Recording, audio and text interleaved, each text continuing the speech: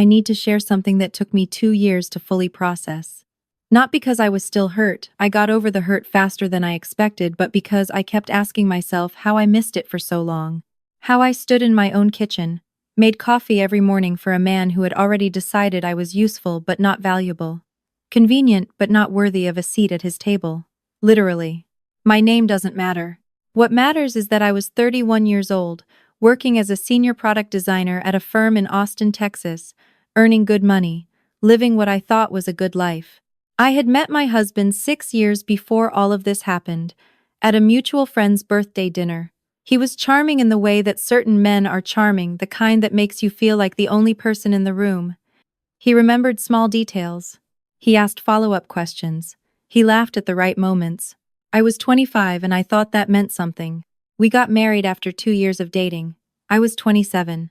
My mother flew in from Portland. My sister decorated the venue herself, and I wore a dress that took me 4 months to find. I cried at the altar. He cried too, or at least his eyes got wet. And I remember thinking, this is the person I chose, and I chose correctly. For the first 2 years of marriage, things were fine. Not extraordinary, but fine. He was working as a general manager at a mid-size events company, pulling in a decent salary, and I had just gotten a promotion that nearly doubled my income. We bought a condo in South Austin. We talked about the future with the casual confidence of people who believe good things are simply coming to them. Then his mother moved to Austin. I want to be fair. In the beginning, I genuinely tried with her. I cooked meals she had mentioned liking. I asked about her life back in Ohio. I included her in plans. But within 6 months, the dynamic became clear.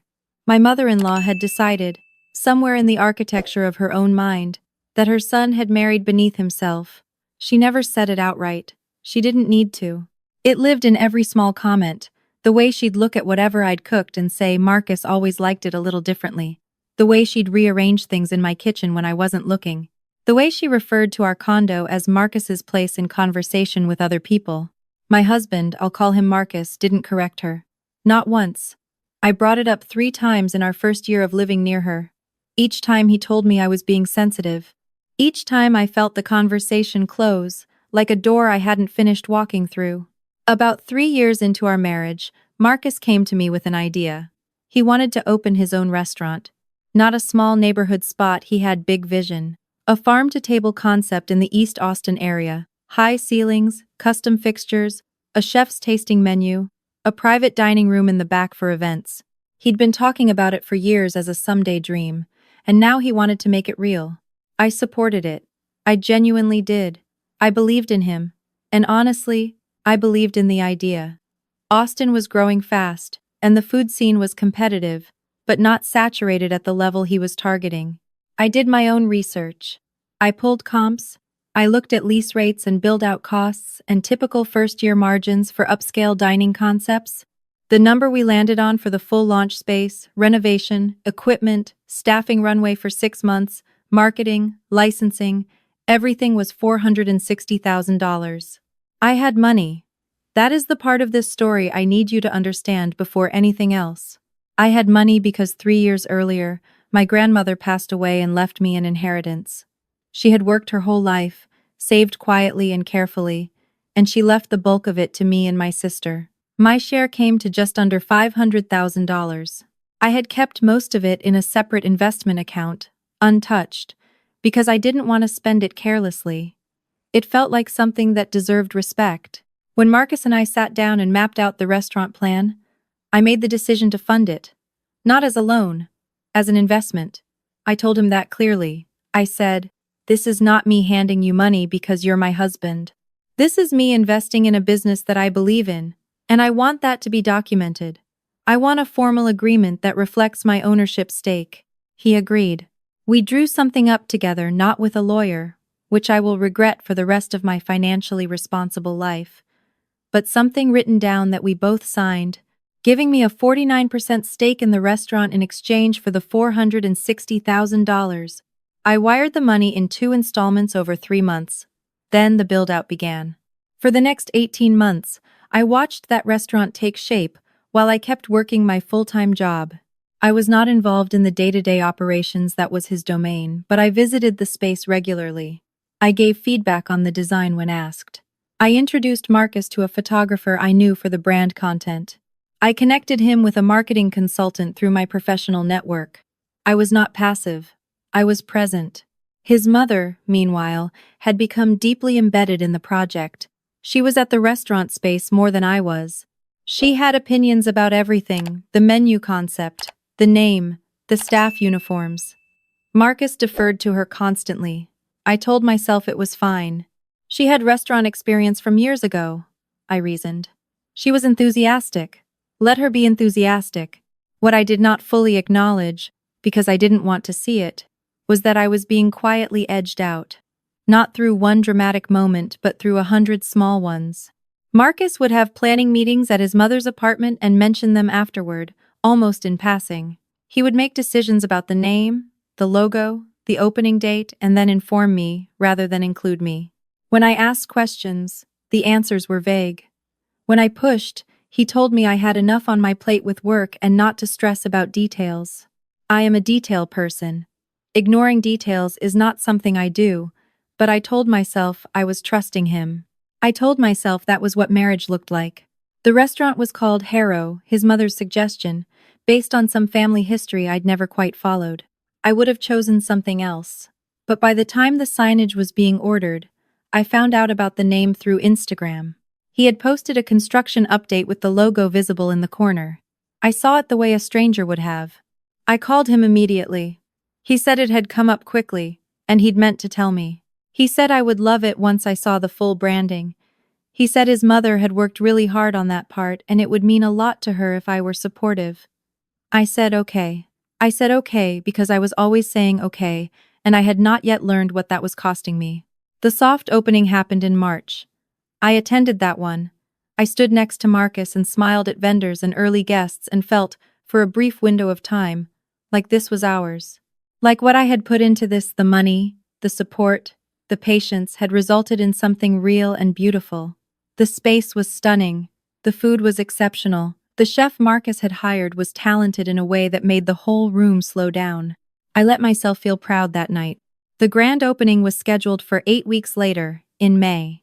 A proper event, invitations, a guest list, a local press presence, a private preview for key community figures and potential corporate clients. Marcus spent weeks coordinating it. I would come home and find him on calls, or reviewing printed seating arrangements, or going over a timeline with the events coordinator he'd hired. I never saw my name on any of it. I told myself that was logistics. That of course I was coming. I was his wife and his business partner. There was nothing to confirm.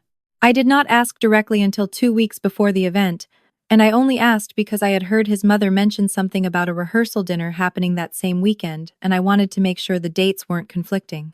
I asked Marcus, "What time should I be there for the opening?" He went quiet in the particular way he went quiet when he was organizing a response rather than having one. Then he said, "The list is pretty locked. It's mostly press and investors and close family." I thought I had misheard him. I said, "I'm sorry?" He said, "It's a curated guest list. We wanted to keep it tight for the first big event. You know how these things go. Too many people and it loses the feel." I stood there in our kitchen, in the home I owned 51% of, and I said, "Marcus, I put $460,000 into that restaurant. I am on the ownership agreement. I connected you with your marketing consultant and your photographer and 2 of your early vendor relationships. What do you mean the list is locked?" He said his mother had managed the invitations and it wasn't really his call at this point. I want you to sit with that for a moment. The man I had been married to for 4 years told me that whether I could attend the grand opening of the restaurant I had largely funded was his mother's call, not his. I didn't yell. I've thought about that afterward, why I didn't yell. I think I was so genuinely stunned that my body didn't know what register to respond in. I just looked at him for a long moment. And then I said, "I need you to understand what you just said to me." He said he'd talked to his mother. He talked to his mother. His mother's position, relayed back to me through Marcus the next evening, was that the opening was for close family and professional contacts, and that having a silent investor spouse in attendance would complicate the narrative they were trying to build around the restaurant as a family legacy project. She had apparently used those words, silent investor spouse. I had funded nearly $500,000 into what was now being described as a family legacy project that I was not family enough to attend. I did not argue further that night. I said, I see. And I meant it. I finally saw very clearly. What Marcus and his mother did not know, what I had not told either of them, was that approximately 2 months before this conversation, I had noticed something that made my stomach drop. I had been reviewing some joint financial documents we kept in a shared folder, looking for something unrelated, and I found a transfer record from one of our joint accounts. A transfer I had not authorized, $3,000, moved to an account I didn't recognize. I almost dismissed it, maybe a vendor payment, maybe something Marcus had mentioned and I'd forgotten. But I looked closer, and then I started looking at other records. And I found 4 more transfers over an 8-month period, totaling just over $22,000, all going to the same external account. I did not confront Marcus about this immediately. I know that sounds strange, but I had learned something about myself during those years. I do not move when I am emotional. I move when I am ready. I went to an attorney. I went alone, on a Tuesday afternoon, and I sat across from a family law attorney named Diana, and I laid out everything I had. The ownership agreement, imperfect as it was, the wire transfer documentation proving the $460,000 investment, the unauthorized transfer records, the timeline. Diana told me several things that changed the way I was breathing. The first was that the ownership agreement, while not drafted by a lawyer, was signed and dated and accompanied by documented wire transfers that could corroborate my claim to the 49% stake. It was not bulletproof, but it was not nothing. The second was that unauthorized transfers from a joint account, depending on what that money had gone to, could constitute financial misconduct in divorce proceedings. The third was that I should not tip my hand until I was fully prepared. I spent the next 6 weeks being fully prepared. I moved a significant portion of my personal assets, salary deposits, savings not held jointly into an individual account. I documented everything I could find.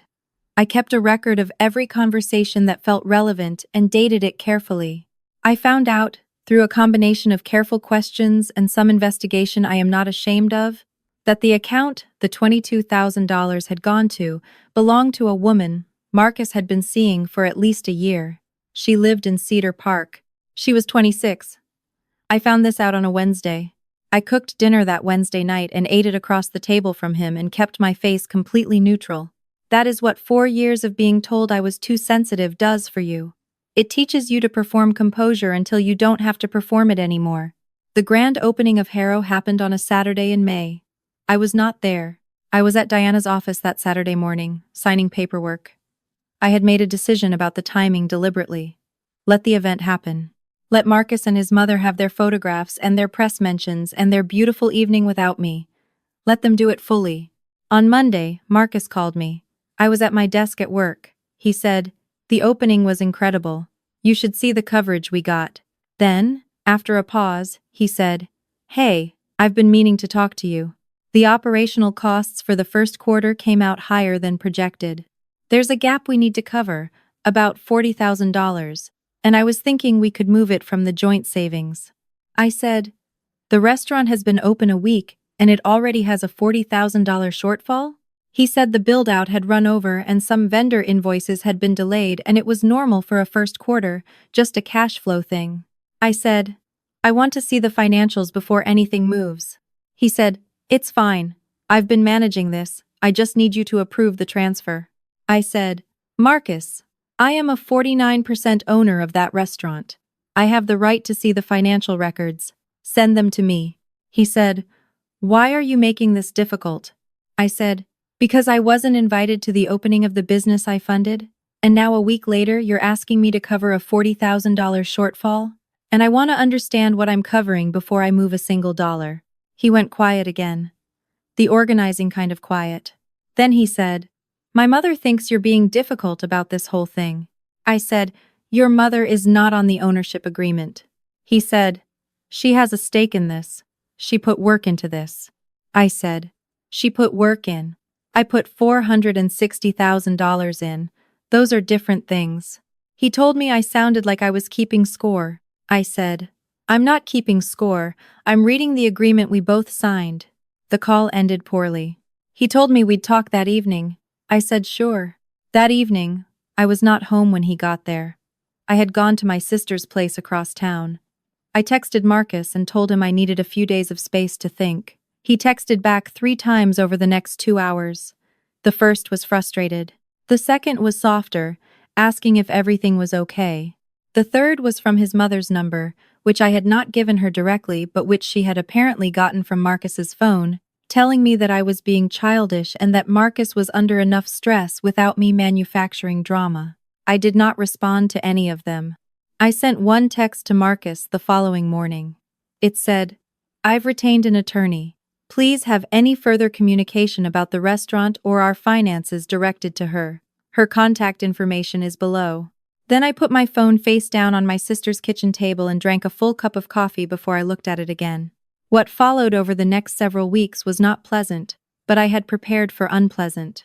Marcus went through several emotional phases: disbelief, then anger, then a period where he seemed to believe that if he just acted normal enough for long enough, I would drop the attorney and go back to being the woman who said okay. His mother called my mother at one point, which was a move so miscalculated that even Marcus, when I mentioned it, seemed embarrassed. Through Diana, we opened a formal review of the restaurant's finances. What came out of that review was not good for Marcus. The $40,000 shortfall was real. What was also real was that money from the restaurant's accounts had been used to cover personal expenses, including, Diana confirmed when we traced one specific transaction, a weekend trip to San Antonio. He had not gone alone. The ownership agreement, combined with the financial documentation Diana had assembled, gave me significant leverage. Not the kind of leverage that feels good. There's nothing satisfying about sitting across a conference table from someone you once cried next to at an altar and watching a lawyer itemize the ways he mismanaged money you had, trusted him with, but it was leverage, and I used it. We reached an agreement that took 4 months to finalize. Marcus bought out my stake in Harrow at a value Diana had negotiated carefully upward, reflecting not just the original investment, but the loss of income I would have earned on those funds had they remained invested. I also received an equitable share of the condo's appreciated value in the divorce settlement. The last piece, the one I want to tell you about because I think it matters, happened about 2 weeks before the settlement was finalized. Marcus's mother had been staying in an extended stay apartment near the restaurant since early in the separation. She had given up her previous apartment when she thought she would be more permanently embedded in the restaurant's operations. She called me directly, not through Marcus, one evening, and told me that whatever I thought I was doing, I was making a mistake. That Marcus was a good man, and I was throwing away a marriage over money. She said the restaurant was going to succeed with or without my contribution. She said she had always known I wasn't the right fit for their family. I let her finish. Then I said, "Thank you for letting me know where you stand. I want you to know that the settlement agreement includes a clause that transfers full ownership of the Harrow brand and the restaurant operating entity to me for 90 days, during which Marcus must complete the buyout. If the buyout is not completed on schedule, control of the restaurant transfers to me permanently. So whatever you've invested of yourself in that place, I'd encourage Marcus to stay on timeline." She did not say anything for a moment. Then, she asked if I was threatening her. I said, "I'm explaining the legal structure. I thought you'd want to know." She hung up. Marcus completed the buyout 11 days before the deadline. I don't hate him. I've thought about whether that's something I should perform or something I actually feel, and I think it's genuine. I feel mostly tired when I think about those years. Tired, and something close to clarity, the kind you only get when you've walked out the other side of something you stayed in too long. What I know now that I want you to hear, if you're in anything that resembles what I've described, the moment someone tells you that you are not close family, listen to them. Not because it's an insult you should be outraged by. Listen to it because it is information. It is them showing you their map, how they have categorized you, what they believe you are for, and what they believe they owe you. When Marcus told me I wasn't on the guest list because it was for close family, he wasn't being careless. He was, probably for the first time, being completely honest. And the woman who smiles at that and says thank you for clarifying, that's her closing the distance between what she suspected and what she knows, and starting to move accordingly. I moved accordingly. Harrow is still open. I read about it occasionally. The chef Marcus hired is genuinely talented and the reviews have been strong. I feel something like satisfaction about that, not about Marcus's success, but about the fact that my money did, in fact, build something real. I built something, even when I wasn't allowed in the room. I'm in a different city now. Different work, different pace, different mornings. My grandmother's money became something permanent in the form of a settlement that I reinvested quietly, the way she would have wanted. I think about her sometimes when I'm sitting still enough to think clearly. I think she would have said, "You stayed too long, and then you left correctly." I think she would have been right. If there's anyone listening to this who is in the middle of it right now, who is making coffee every morning and saying okay, and watching yourself be arranged around someone else's plans, I'm not here to tell you what to do. I don't know your situation. But I do know that information is not the same as humiliation. When someone shows you what they think you are worth, that is not the end of the story. It's the beginning of the part where you decide what to do with what you know. That part is yours. Entirely. And if you're sitting somewhere right now listening to this and you know exactly what I'm talking about, I want you to know. You already know what to do. You just might not be ready yet. That's okay. Get ready. The door will still be there. Mine was,